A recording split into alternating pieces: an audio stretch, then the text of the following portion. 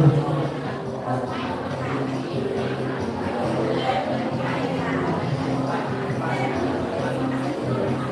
ออกไปเป็นบริจาคก็เราทุกคนมาเป็นหน้าที่กระแตดูเสียงกี่ฝากที่ฝากเสียอะไรเพราะว่าเป็นพุทธศาสนาแต่นักบวชนี่นักอาจารย์เท่าที่เราพิจารณาผ่านอินทร์กัตตาวราเป็นประเด็นแต่เรื่องแก่ที่ชื่ออะไรนักบวชตัวไหนยังมีเป็นท่านแบบเท่าบริจาคที่เงิน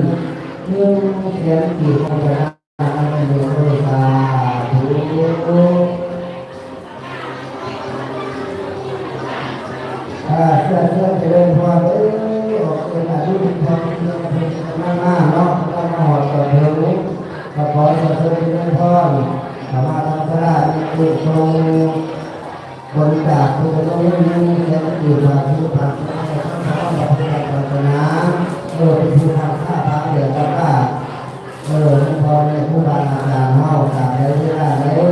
าคอยคนมือก็ที่นั่นพาเพื่อนบ้านนี่ก็มาเป็นวันนี้มาค่อย